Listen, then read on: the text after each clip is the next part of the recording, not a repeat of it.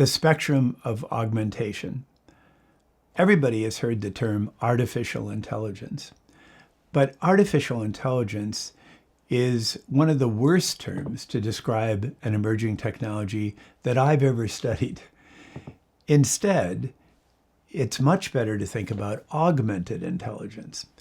And we refer in this chapter to Tom Malone's work in his book called Superminds. What he argues is that, sure, there's going to be cases where computers do replace humans, but that's not the big story over the next decade.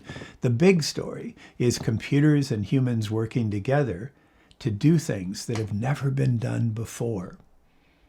So the challenge for us, and this spectrum of human to technology, is asking the question of what can humans do best? And what do we want to keep for ourselves? And what can computers do best? And how do we want to be augmented? Because thinking future back, it's obvious that we will be augmented and that the highest performing people will be what Tom Malone calls superminds. So the challenge is, how do we want that mix to play out? How do they want that mix to occur? In writing this chapter, we used a very large language model, an AI-based language model called GPT-3, and we're realizing that as writers, 10 years from now, we're going to have to be augmented too.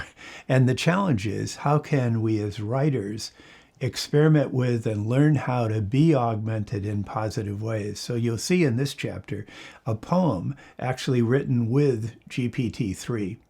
So the challenge is, how do we want to be augmented? Because 10 years from now, we're all going to be cyborgs.